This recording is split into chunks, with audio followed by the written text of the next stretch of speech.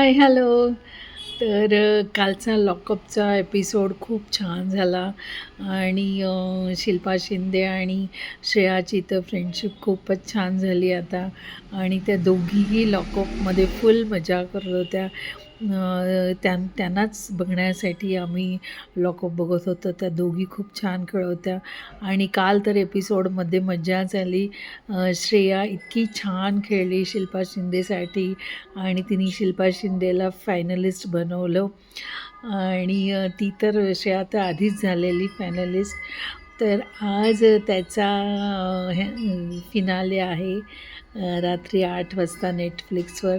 तर बघायला खूप मजा येईल. मला कळलं आहे की बाहेरून असं कळलं आहे की शिवांगी जिंकली म्हणून, पण नको, शिवांगी नको जिंकायला, श्रेया जिंकायला पाहिजे.